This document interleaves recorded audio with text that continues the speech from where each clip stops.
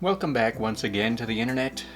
For whatever reason, most of the stories posted today were all very short, so we're just going to be flying through a bunch of these. Only 10 minutes? So I work at a medium-small jewelry store with 8 other people. Today, my boss tried pulling one of his typical power moves by loudly berating me in front of my coworkers and customers. It didn't work out well for him.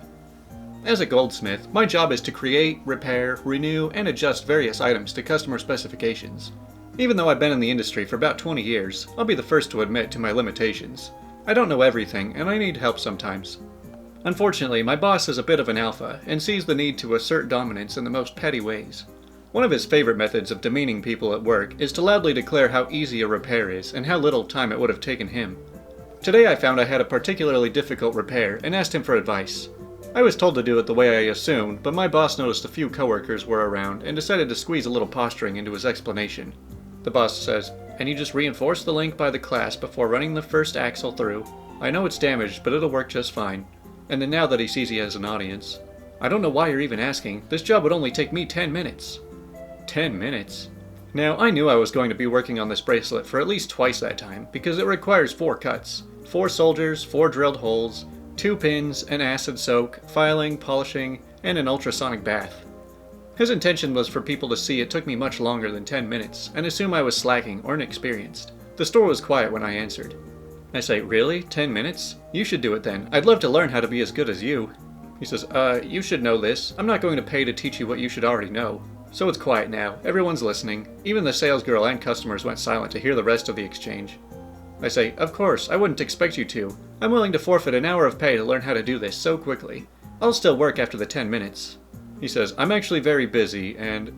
I say, "I'll pay you 2 hours of my wages to teach me for 10 minutes. Earlier, you spent 20 minutes lecturing a coworker on the housing market in our city. So surely you can find 10 minutes to complete this repair while I watch and learn, right? This job isn't due until tomorrow. I'll stay late with everyone. We can even bring in the other goldsmiths to learn on the dime." He says, "No, I have payroll to do, and, a bunch of other jobs." At this point, he's backing away, and the rest of the staff has turned their heads to hide their smiles. "Just do your job." I say, "How about 3 hours pay?" No answer as he scurried off. It felt so good. The job ended up taking about half an hour, spread through the day. He avoided me until I finished. Hey, it's always great to call people out for their lies when you get the chance. Coworkers ruin baking for me. So I like to bake. Cake, pie, cookies, brownies, and I used to bring them into work to share. I make a lot of it from scratch. It was fun and it made people really happy.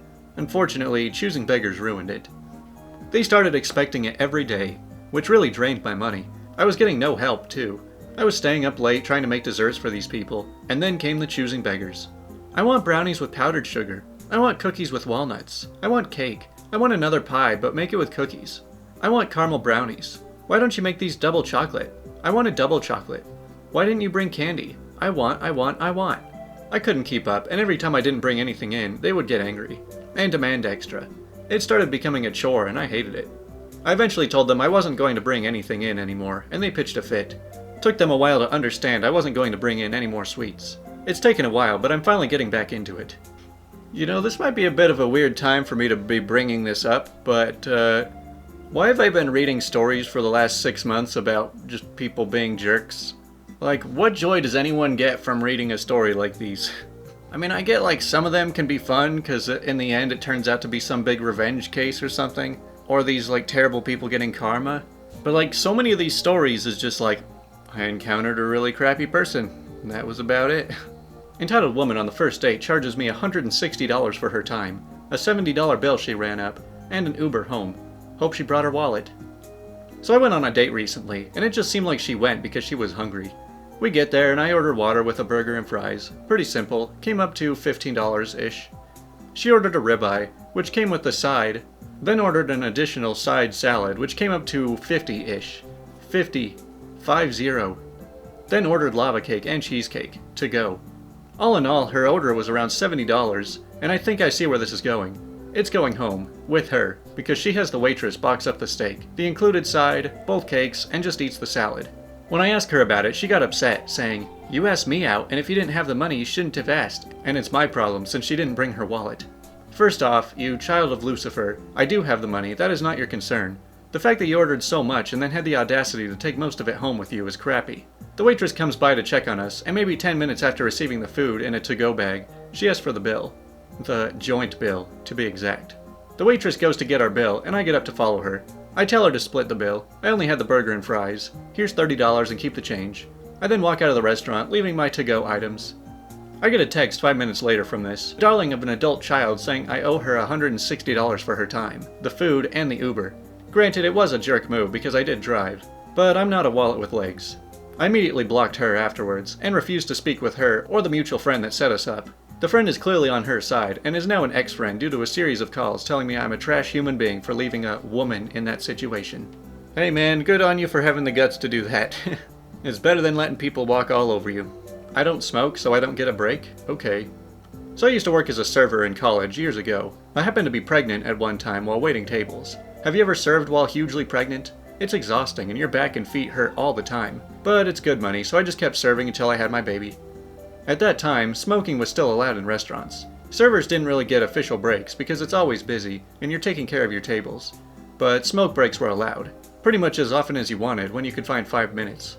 I watched the smokers take a couple of smoke breaks an hour, so about once every hour or two when I had a couple of minutes, I would waddle my pregnant self back to the smoke area and just sit.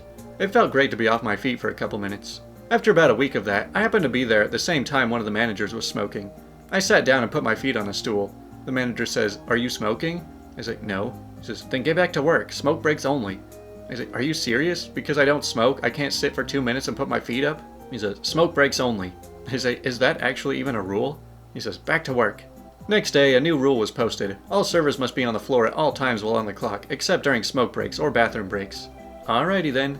Suddenly I needed to use the bathroom all the time. At least once per hour. Maybe more. Sometimes I would sit in there for 5 minutes. Just sit. The manager asked what I was doing. I replied, "Going to the bathroom. Pregnant woman pee a lot." He couldn't very well challenge that. Yeah, I have felt like I was close to falling into this trap before. One of the bigger issues is when the break area is just full of smokers, so you don't even want to take your break. She pissed me off because she told me I couldn't. Sadly, I did not give the petty revenge, just witnessed it firsthand. I was working on an ATM drive-thru. I'm a simple residential/commercial electrician, so I don't deal with power lines, meters, transformers, and fuses and whatnot. On this particular day of work, we were expected to get the power company out to terminate our building to the power grid. Occasionally, to make safe connection to the transformer, the power company will turn off the power to the entire transformer, sometimes needing to turn off the other building connected. A courtesy call was made to all the buildings that the power was going to be shut off for 10 minutes. Everyone was alright with that. Well, everyone except the entitled woman. When the entitled woman heard this, she threw an absolute fit. She came to the job site and instantly targeted anyone she could see. Anyone meaning me. She says, "You can't turn off my power." I says, "I'm not turning off your power, the line guys are." He says, "You can't do that. I run a very important business and I will not let you turn off my power." So me looking over at her very empty boutique store. "Ma'am, there isn't anything I can do. Talk to that man over there," the lineman, "and see what you can do." She puffs and walks over to the lineman. Instant yelling ensues. Eventually she leaves back to her little shop, smug like she just won. The power guy just keeps doing his thing. This is where the pettiness comes into play. The lineman terminated the connection by the meter, while everything was still live. It was impressive if you ask me. After he was done and checked everything, he goes over to the transformer and pulls the fuses, killing the entitled woman's building. Then he just sat there for 10 minutes, doing absolutely nothing. Eventually he reconnects the fuses and comes over to talk to me. He says, "Hey man, you're all good, everything is live." I say, "Awesome man, thanks. Hey, since you did the termination live, why did you pull the fuses after?" The lineman looks really smug, and he goes, "That woman pissed me off because she thought I was going to turn off her power. I wasn't, until she told me I couldn't." See, this is why you be nice to people. Man, I love how like half of my videos turn into me giving these like childish lessons, even though like half of my viewers are twice my age. Oh well, let's just move on to the question now. What mistake should have killed you? I climbed onto one of those underpasses that allow river water to flow through when I was like 5. I got swept in the current and taken down the river. Only reason I survived is my dad saw my long hair barely under the current and jumped in to save me. Huh, so I guess maybe there is an advantage to having long hair. Maybe it'll save my life one day. 3 years old, love M&Ms, find blue ones behind the stove, yum. Rat poison, sad face. Yeah, don't eat the forbidden M&Ms. One time when I was young and carefree, I was riding a motorcycle for maybe the second time, like 30 miles an hour, and just had some wires in my brain misfire. I was like, I wonder what would happen if I crossed my arms and held the left handlebar with my right hand, and the right with my left. I'll tell you what happened, I just narrowly missed oncoming traffic and smacked right into a wall. Man, I know that you usually go into autopilot while driving, but you should just stay on autopilot. Don't come up with any crazy ideas. When I was in high school, me and a few friends all lied to our parents and told them we were spending the night at each other's houses. What we had really done was backpacked up a snowy Idaho mountain in the middle of winter without telling anyone where we were going. We were all fairly inexperienced in winter backpacking. The friend in charge of bringing food brought chicken he'd cooked at home, so we could eat it cold in case we couldn't start a fire. Luckily, I'd brought a can of chili and didn't partake in the chicken. I woke up the following morning to a fresh foot of snow and my friends vomiting out of the tent. We left our boots outside and they were completely frozen through. The shoelaces of my boot were pointing up and out and had zero bend. Me and one other friend were not sick and had to pack up the tent. The most freezing cold work I've ever done. I gave one of my sick friends my gloves because he couldn't find his. We were about 3 miles into the hike and the trail we'd taken was totally covered and none of us were familiar with it enough to know it by memory. I took all but one pack and ran down trail to the car, making my best guess on which way to turn and marking those choices with ski poles. I got to the car, started it up to get warm and to check if we had cell reception. We didn't. And then I ran back up to the trail to where they were and we carried them back to the car. I got home and felt like total garbage. My entire body was on fire from the cold and soreness. I felt freezing to my bones, and when I got home I started puking and was pastel white and sickly looking. My dad was pissed at me because I was hungover, and I opted for that punishment rather than the insane fury it would have caused if he knew why I was actually in my condition. What, so you didn't just go home and say, "Hey Dad, guess what? We almost all froze to death." It was terrible. Well, it looks like that's all we got for today. Hope you guys are having a great weekend, and now you get to enjoy some more cat videos. It's about time this thing's got lifted. Yeah. Folks, help me lift my restraint. Can't even approach people. Man, please help me lift my restraint. Can I eat my pizza? Sir, please help me lift my restraining order. The only person he's going to attract is someone who may have heard of this situation. What do you need? I need long. I have been through vaguely similar situations. You've been through vaguely similar situations? I told you the only person that's going to go off is someone in the same situation. I was dating a